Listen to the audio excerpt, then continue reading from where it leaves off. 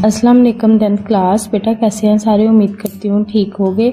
आज हम अपना नया topic equilibrium constant and it's units जो है वो पढ़ने लगे हैं। ठीक है, हमने इसी को आज स्टडी करना है। छोटा सा हमारी टॉपिक है।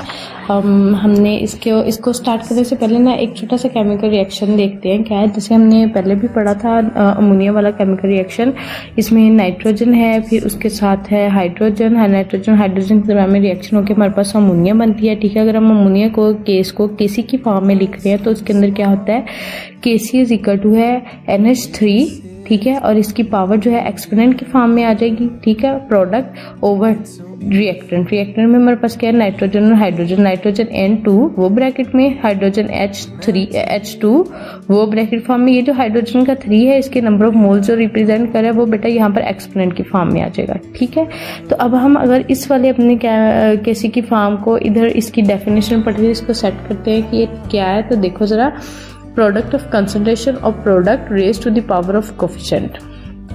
हाँ, यहाँ पर ना 2 दफा प्रोडक्ट का लफ्ज आया, तो इसमें से ये जो एक प्रोडक्ट का मतलब है, इसका मतलब है मल्टीप्लिकेशन होना, मल्टीप्लाई होना। ठीक है, concentration of product raise to the power of coefficient, product of concentration of product. अच्छा, इस वाले को समझने के लिए एक और भी बात है कि प्रोडक्ट के दरमियान में मल्टीप्लिकेशन होकर raise to the power of coefficient होना। इसी तरह रिएक्टेंट के बीच में मल्टीप्लिकेशन होकर raise to the power of coefficient होना। यहाँ पर मेरे पास प्रोडक्ट एक है, तो मैं एक और एग्जांपल कर रही हूँ। मैं ए और बी, सी और डी, ए बी के दरमियान में केमिकल रिएक्शन कर रही हूँ, तो इन्होंने आपस में रिएक्ट करने के बाद एक प्रोडक्ट बनाई सी और डी। मुझे पता है प्रोडक्ट मैंने ऊपर लिखनी है, रिएक्टेंट मैंने नीचे लिखना है। ठीक है, तो अब मैं इसको देखो, product of concentration raise to the power of coefficient.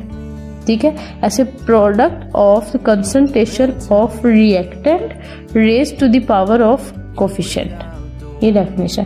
तो इसको अगर आपने याद रखना है तो इसको याद करने के लिए पहले ऐसे कर लो, concentration of product raise to the power of coefficient, concentration of reactant raise to the power of coefficient. तो इसके स्टार्ट पे प्रोडक्ट का लफ्ज दोनों पर लगा लेना। ये आपके याद रखने के लिए, समझने के लिए क्या है कि ये 2 प्रोडक्ट का लफ्ज लगाया, तो इसका मतलब है प्रोडक्ट के दरमियान में मल्टीप्लीकेशन होके raise to the power of coefficient. Product of concentration of reactant raise to the power of coefficient. Reactant वाली बात में तो समझ आ जाती है, प्रोडक्ट वाली बात में थोड़ा सा जरा ना टिकी सा है, तो इसको अपने परेशानी होना, इसको याद रखने के लिए तो ऐसे कर लो। और समझने के लिए क्या है, product of concentration of product raise to the power of coefficient. ठीक है, तो बेटा एक और बात, सबसे इम्पोर्टेंट बात यह है कि केसी हमेशा जो है वो बैलेंस केमिकल इक्वेशंस के लिए होती है। ठीक है, दूसरे नंबर पर जो है प्रोडक्ट हमेशा न्यूमरेटर की फॉर्म में होते हैं। ठीक है, जो रिएक्टेंट हैं वो हमेशा डिनोमिनेटर की फॉर्म में होते हैं। जो नंबर ऑफ मोल्स इनकी पावर्स होती हैं वो एक्सपोनेंट की फॉर्म में ऊपर लिखी जाती हैं। ठीक है, तो एक्चुअली जो केसी है वो एक रेशो होती है जो कि प्रोडक्ट और रिएक्टेंट के दरमियान में पाई जाती है। ठीक है, अब इसको नेक्स्ट देखो, इसका एक और है कि जो केसी की वैल्यू होती है वो इनिशियल कंसंट्रेशन पे डिपेंड नहीं करती। ठीक है, ये हमेशा टेम्परेचर पे डिपेंड करती है और केसी का अपना कोई यूनिट नहीं होता। ठीक है, इसके लिए हर केमिकल रिएक्शंस के लिए केसी का यूनिट जो है वो चेंज होता रहता है। ठीक है, जैसे कि हम हाइड्रोजन आयोडाइड वाली रिएक्शन में देखते हैं, हाइड्रोजन और आयोडीन है। ठीक है, ये इसके प्रोडक्ट है, ये इसके रिएक्टेंट है। प्रोडक्ट को ऊपर लिख दिया, रिएक्टेंट मतलब उसको केसी की फॉर्म में लिख दिया। अब बेटा ये देखिए, अगर हम हमने पढ़े थे केसी का यूनिट क्या है, मोल पर डेसीमीटर क्यूब। तो यहाँ पे हमें पता है 2 हाइड्रोजन आयोडाइड बने हैं, तो इस ब्रैकेट के बाहर 2 लगा देंगे। ठीक है, यहाँ पर नीचे 2 हाइड्रोजन है, 2 आयोडीन है, ऊपर मतलब एक हाइड्रोजन है, एक आयोडीन है, और जो इसके साथ पावर इनकी कोई नहीं है, नंबर ऑफ मोल्स नहीं है। और ठीक है, एक हाइड्रोजन और एक आयोडीन ने काम किया। एक हाइड्रोजन और एक आयोडीन होने की वजह से बस ये यूनिट ऐसे साथ में लिखती है। ये 2 इसलिए साथ लिखा गया कि 2 हाइड्रोजन आयोडाइड के मॉलिक्यूल बने हैं। ठीक है, अब इनको अगर इकट्ठी करें, 2 हाइड्रोजन आयोडाइड के मॉलिक्यूल है, 1 मोल पर डेसीमीटर क्यूब इसके साथ कट गया, 1 मोल पर डेसीमीटर क्यूब इसके साथ कट गया, तो इसके अंदर केसी की कोई यूनिट नहीं है। ठीक है, एक और हमारे पास एग्जांपल है, उसमें हम देखते हैं केसी की, जो यही अमोनिया वाली एग्जांपल।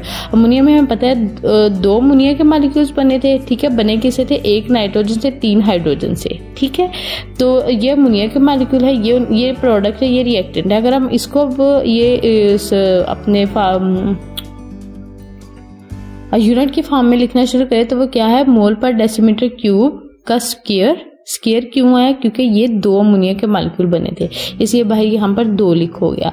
एक नाइट्रोजन है, ये ऐसे ही एक ही 3 हाइड्रोजन है, तो ये हाइड्रोजन मोल पर डेसीमीटर क्यूब, तो बाहर 3 हाइड्रोजन लिखोगे, यहाँ पर 2 जो हैं ये नाइट्रोजन लिखोगे। ठीक है, अब आप देखिए दो अमोनिया के 2 मॉलिक्यूल बने थे, 2 ये वाला जो है बाहर का साइन वो यहाँ पर आ गया।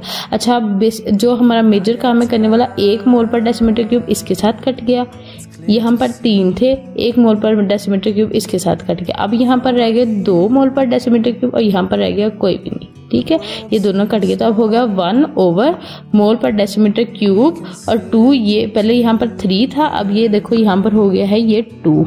ठीक है, अब अगर हम इसको फर्दर अगर खोल के लिखें तो वो है मेरे पास, ये देखो मैंने किया था मोल पर डेसीमीटर क्यूब 3 था, अब मैंने इसको 2 था, इसको 1 को इसके साथ काट दिया, एक यहाँ पर 3 था, 1 को इसके साथ काट दिया, तो मेरे पास यहाँ पर रह गया ये 2, 1 ओवर मोल पर डेसीमीटर क्यूब का 2। अगर अब हम इसको करें, इसको अंदर लेकर आए तो ये बनता है 1 ओवर मोल का square decimetre cube, decimetre 3 2s are 6। ठीक है, तो फिर केसी के यूनिट क्या होंगे, मोल माइनस 2 डेसीमीटर 6। ये किस रिएक्शन के लिए है, अमोनिया वाले रिएक्शन के लिए। ठीक है बेटा, अब आपके पास एग्जांपल है 9.1, इसको सोल्यूशन करके दिया हुआ है। 9.2 ये उसका सोल्यूशन करके दिया हुआ है। 9.3 आपका काम क्या है, आपने ये केसी वाला पॉइंट पढ़ना है। ठीक है, इसका मैंने आपको डेफिनेशन याद करने का तरीका भी बता दिया था। Concentration of product raise to the power of coefficient, concentration of reactant raise to the power of coefficient. सिर्फ स्टार्ट पे प्रोडक्ट का लफ्ज लगा दिया, समझा दिया है कि ये करना कैसे है। ठीक है, ये इस वाली इक्वेशन को समझा दिया है कि ये हुई कैसे है, क्या बात वो यहाँ पे कर रहा है। ठीक है, इजी सा टॉपिक है, आप इसको ये जो प्रॉब्लम्स हैं इनके को साथ में सोल्यूशन भी दिए हैं, आप इनको सॉल्व करके देखें, न्यूमेरिकल्स को इनके यूनिट निकाल के देखें। अगर कुछ ना समझ आती है तो बेटा मुझसे फिर वापस पूछे, हम इंशाल्लाह कल अपना ये इंपॉर्टेंस ऑफ इक्विलिब्रियम कांस्टेंट करेंगे, फिर हमारा ये चैप्टर जो है वो खत्म हो जाएगा। ठीक है, चलिए आपका मेजर काम ये है कि आप इसको करें, मुझे बताएं। नहीं समझ आती बेटा मुझसे कॉन्टैक्ट कर लें।